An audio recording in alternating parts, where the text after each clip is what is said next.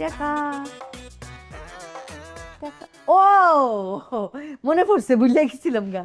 টাকা তো এনে জানি একটা প্যান্ট ছিল, ওই প্যান্টের মধ্যে 2000 টাকা পাইছিলাম, ওইটা নিয়ে শপিং করছি আর কি। সি সি সি সি আম্মা, প্যান্টের ভিতরে টাকা পয়সা না, টাকাটা নিয়ে গেলেন।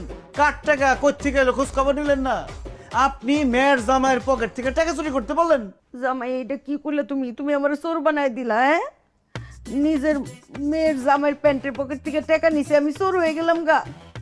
আমার কি টাকা পয়সার অভাব আছে? টাকা কম আছে? হ্যাঁ, ওই তোর রহিম কাকুর ফোন দে তো, দেশের সুপারিটি বেচা তোর জামাইয়ের মোবাইলে 2000 টাকা পাঠাই দিতে কো। খরচ করছেন 7000 টাকা, 7000 টাকা দিবেন। এই মিছা কথা কইবেন, আমি 2000 টাকা নিছি। 2000 বাদ খরচ করছেন, আর 2000 বাদ মানে বাংলাদেশি টাকায় 7000 টাকা। 7000 টাকা দেন। আর কি ছাতার মাথা কিনে নিয়ে এসে, গেঞ্জি হাফ প্যান্ট কিনে নিয়ে এসে, এটি খুলেন, তাদের খুলেন, খুলে আমার যেন আমি পড়বেন। কেন লিগে এগুলি টিয়া দিয়ে কিনছি না? তাই লিগে তো আমি পড়ব।